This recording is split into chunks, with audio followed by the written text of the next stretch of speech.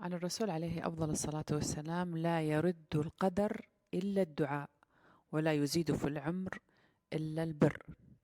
يعني العمر فيه ينزاد، ويعني القدر يرد، فيك تغير قدرك في الدعاء الصافي من قلبك. تمام. ومن يجيب المضطر إذا دعا. إذن أنا هذا الموضوع ليش مصرة أني أطرحه وبشكل مختصر؟ أبي ألغي برمجة فكر أنك أنت لازم تموت في عمر معين. إذا كان ربي سبحانه وتعالى قال لك، والرسول نفسه عليه الصلاة والسلام، أن القدر فيه الرد، وأن للعمر فيه إطالة، في البر. البر هو التواصل مع الناس، مع الأرحام وغير الأرحام، فإنك تكون بار في الكون هذا كله، في الشجر، في الحشر، في البشر، في كل شيء. تمام. إذا في إطالة للعمر، إذا فيك تطلب طول العمر. وجهة نظري يطلب طول العمر بكرامة.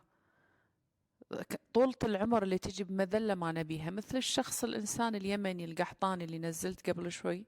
زين. كيف وصل لعمر 120 وفي 135 في 40 في اللي عايشين بكرامة. لا، اطلب الله يمد في عمرك دامك عايش بكرامة، ودامك عايش وغيرك مستفيد منك ومرتاح في حياتك. أما برمجة أن الرسول عليه الصلاة والسلام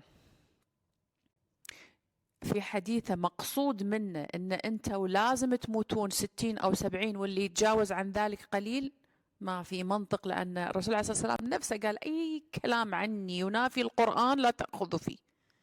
طب كما بالك هو ينافي أحاديث أخرى تتكلم عن الرسول عليه الصلاة والسلام أن الدعاء يرد القدر، وأن إطالة العمر ممكنة، وأنه وكثير أحاديث تتكلم، وأن في سورة نوح في القرآن، وفي أهل الكهف، وفي كثير.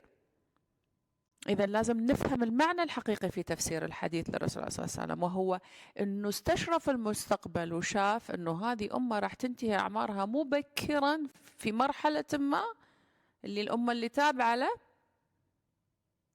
لأنه هو كان شايف أنه ممكن هذه الناس من وراء ذنوبها، من وراء أمراضها، من وراء ما تكمل. لكن لو جاء العلم وأثبت غير كذا الفترة القادمة، وصارت الناس تعيش 200 و300 سنة، الآن راح يثبت لك العلم مع الاي اي ومع مع الذكاء الصناعي. ايش راح تقولون عن الحديث؟ شفتوا ليش التفسيرات هذه تدمر خلاياك؟ إذا أنت يكون عندك هذه القناعة، أنت برمجت خلاياك تصير خلاص، بس يبتدي عمر 40 عندك تبتدي كل أمراض الشيخوخة تجيك. ليش؟ لأن أنت خلاص برمجت خلاياك على رقم معين، انسى.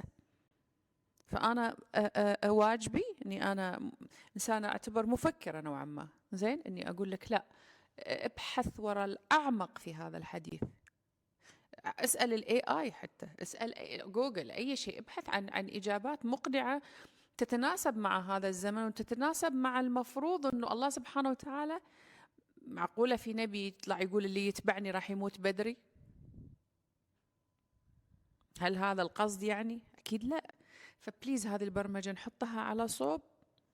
ولما أكلمكم عن موضوع، مو غايتي في كل مرة راح أطرح موضوع راح أطرح شرحه، مش كل يوم راح أسويها، لكن للضرورة أحكام في إني أنا ألغي برمجة. والآن تعالوا معي للفيديو اللي بعده، وأقول لكم شيء كثير حلو وحاجة مستخدمة في كل الشعوب والحضارات، فيها بركة راح تغير من حياتكم.